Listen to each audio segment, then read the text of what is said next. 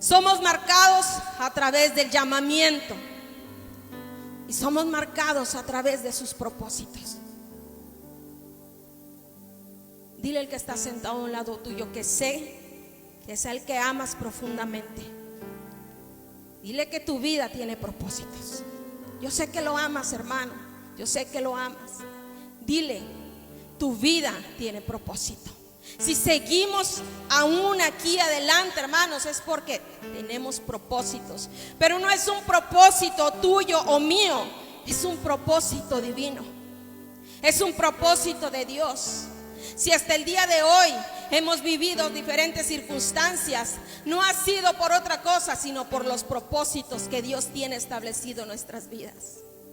Y a veces no son muy bellos por los procesos que tenemos que pasar para cumplir los propósitos de Dios.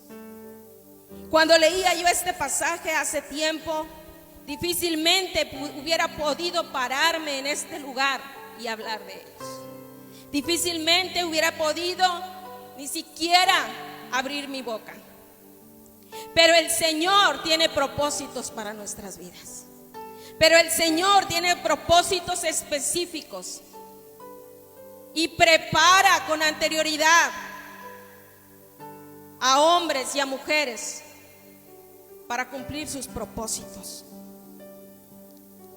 Este pasaje en el que está el profeta Eliseo, y viene esta viuda y le dice, le recuerda de quién es esposa, de quién era esposa.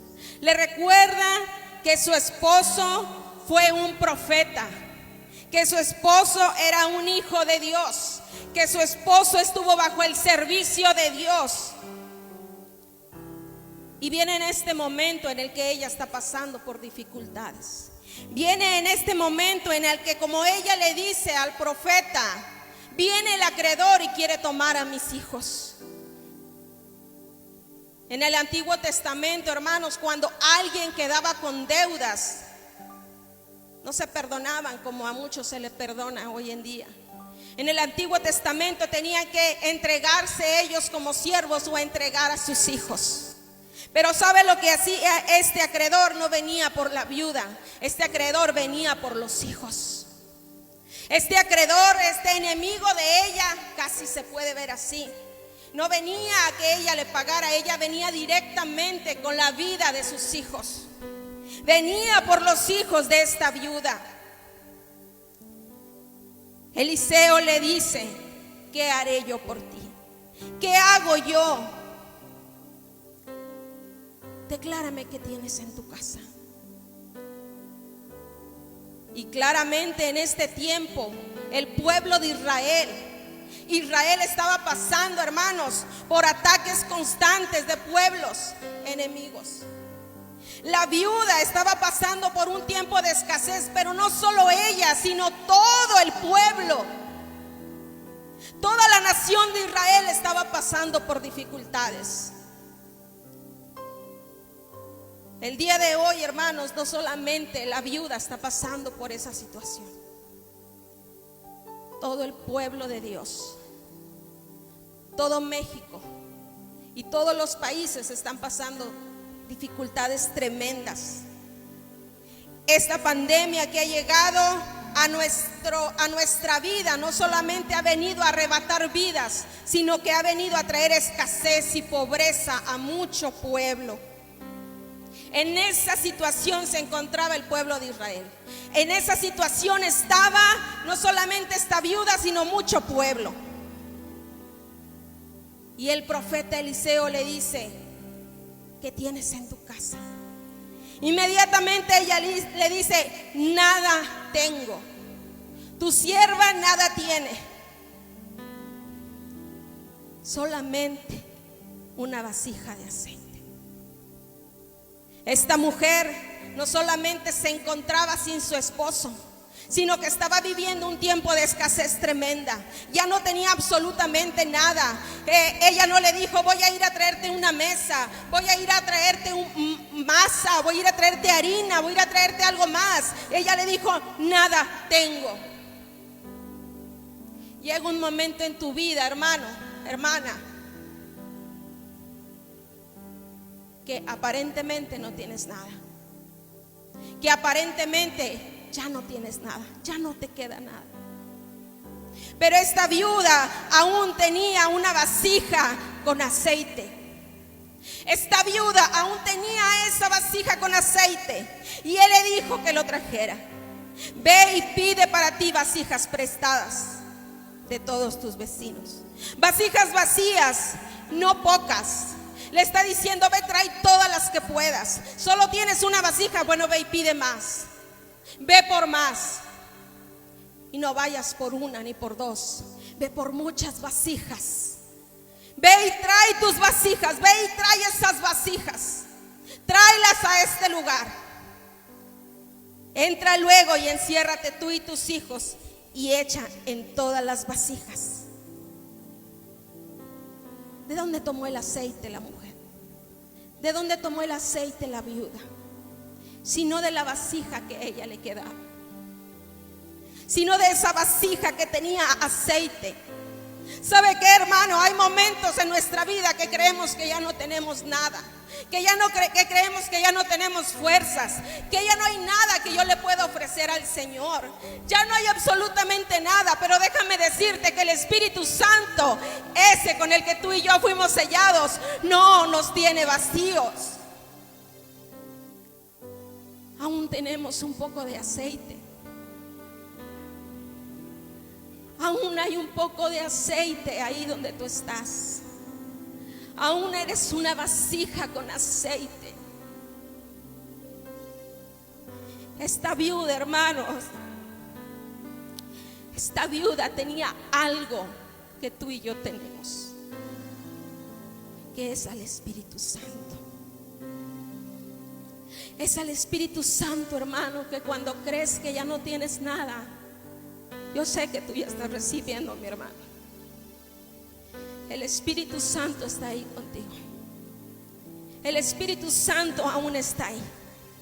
Volteas a tu alrededor y ya no ves más, pero tu vasija aún tiene aceite. Tu vasija, hermano, aún tiene aceite. Y se fue la mujer y cerró la puerta, encerrándose ella y sus hijos. Y ellos le traían las vasijas y ella echaba el aceite. Cuando las vasijas estuvieron llenas, dijo a un hijo suyo: tráeme otras vasijas. Y él le dijo: no hay más vasijas. Entonces cesó el aceite. Vino ella luego y lo contó al varón de Dios, el cual le dijo: ve, vende el aceite y paga a tus acreedores, y tú y tus hijos vivid de lo que quede. Esta viuda, hermanos, estaba en un momento en que estaba sin nada. Ella quizá le debía a todos, porque no tenía nada, solamente una vasija con aceite. Pero llegó el momento en el que ella se decidió a levantarse. Quizá ella hizo muchas cosas más anteriormente, porque para el momento en que fue con el profeta dijo: yo ya no tengo nada más que una vasija con aceite. Quizá ella tuvo muchas opciones antes que ir con el profeta, pero el Espíritu Santo habló a su vida y le recordó quién era su Dios, y le recordó quién era el Dios que servía a su esposo, y le recordó quién era ella. El Señor te recuerda en esta tarde, hermanos, quién eres tú y a quién tienes que ir. ¿A quién tienes que ir si no es a nuestro Señor? ¿A quién iremos?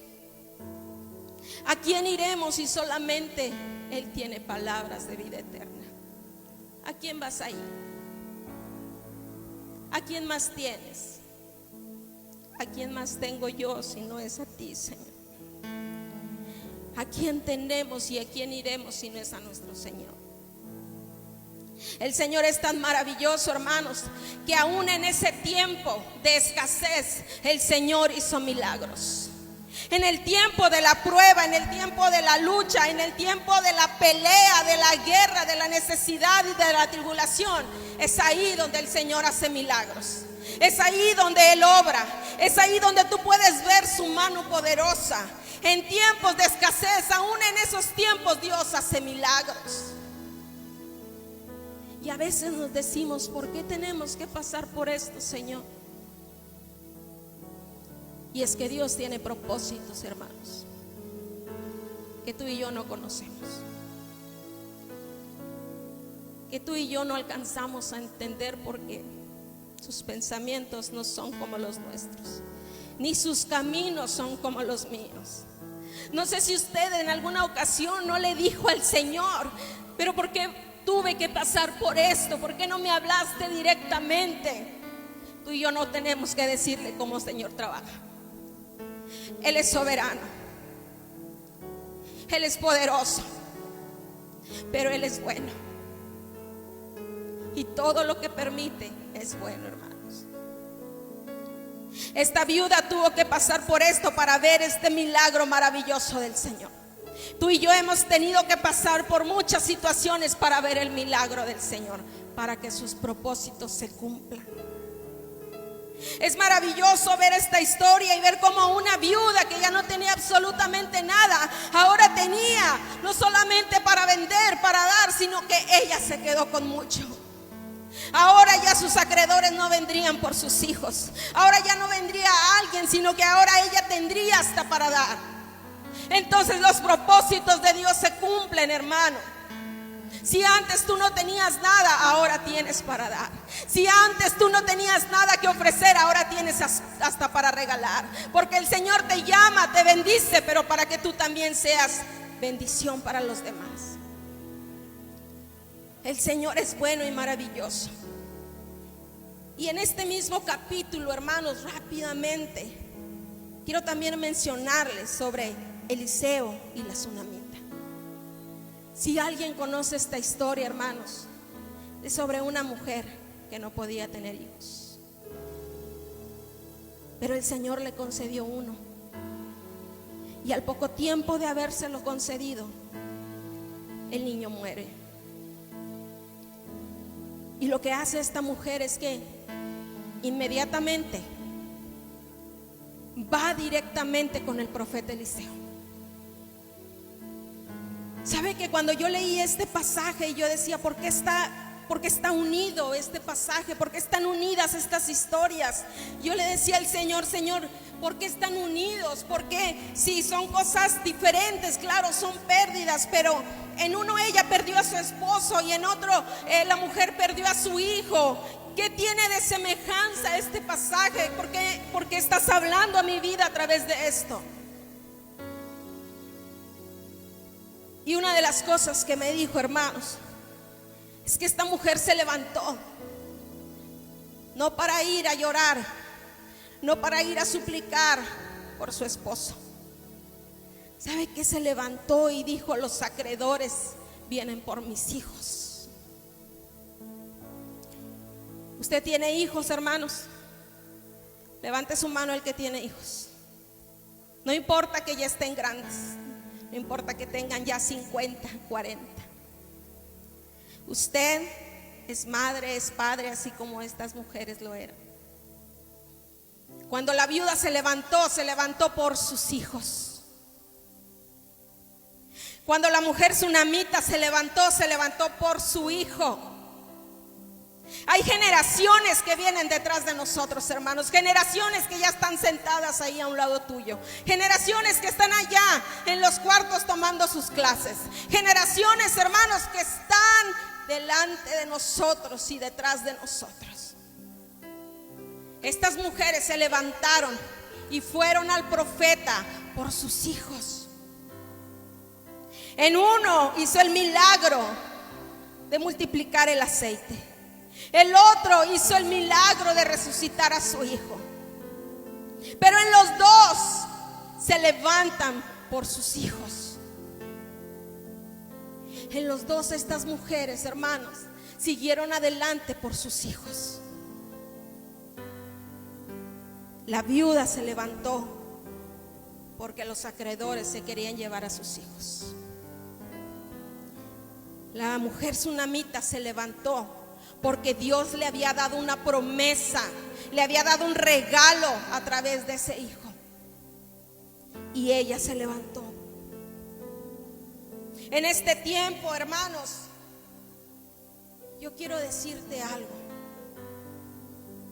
que tú tienes que levantarte. Tienes que levantarte porque tienes hijos.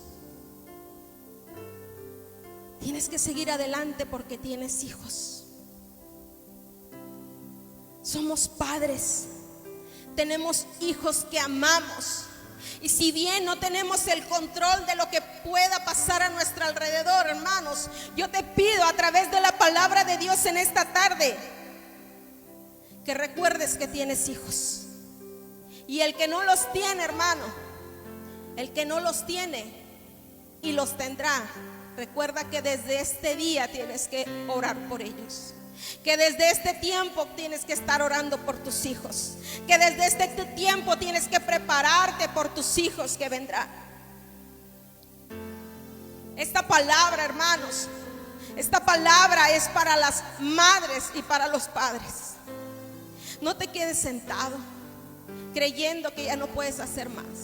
No te quedes ahí, hermano, porque tienes hijos que necesitan de padres que doblen sus rodillas, que vengan a esta casa en los días de oración y que clamen por tus hijos, porque el día de mañana ellos pasarán por dificultades, pero tendrán a una madre aquí de rodillas clamando por ellos.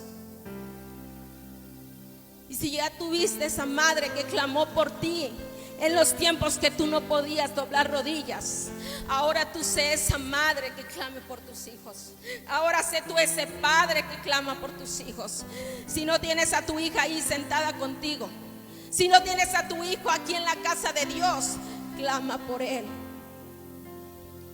¿Sabes que los acreedores quieren llevarse a su hijo como esclavo? ¿Sabes que el acreedor se está llevando a tus hijos, hermana?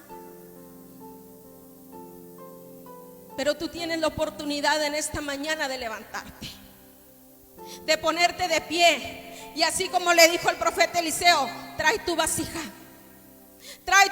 a este lugar. Trae esa vasija, hermano. Trae esa vasija aquí en este lugar. Y el Señor hará milagros aún en este tiempo. ¿Ustedes creen que el Señor sigue haciendo milagros, hermano? ¿De verdad creen que nuestro Dios sigue haciendo milagros? Ponte de pie en esta tarde, mi hermano. Ponte de pie en esta tarde y comienza a adorar al Señor. Comienza a exaltar el nombre de nuestro Señor. Comienza a glorificar su nombre.